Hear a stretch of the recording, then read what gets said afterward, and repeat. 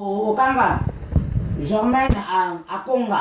bakombo na eka bakombo na Conga mwasi kitoko donc nazolamba ya président nga na otoso président nga loso yango po président na mingi loso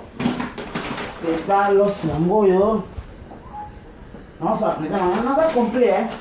parce que Ibrahim était qu'elle allait bien elle a bien parce que tout comme ba ministère est complet caractère président zo qui tranquille biso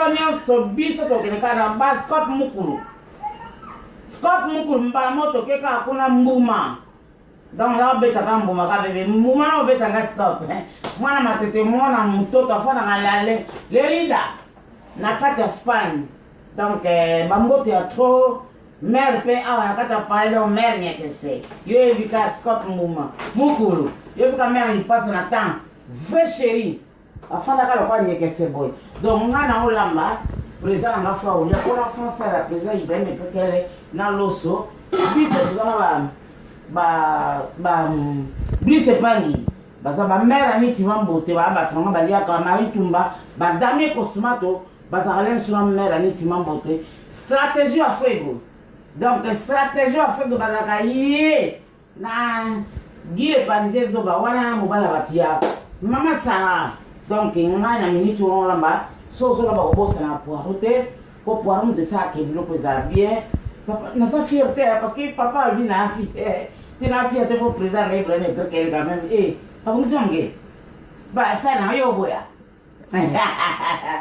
koko commence à misi kitoko na kati ba kin joli pilipio Belinda na kati na mona petit John to ça na biso bien na bana pesa tango baleka songo bazawana ba kemera lo ba seki je mambo ba na petit na haro sini Nata ba berve la coda bazana la Patricia ba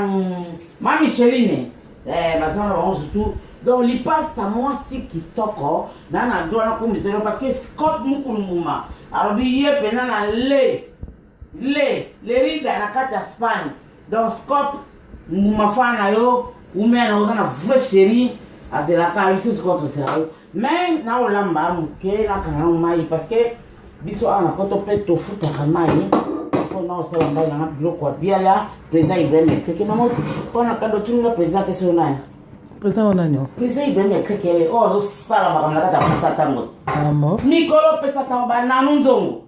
ba bibi shem mama na Naomi mama na Isaac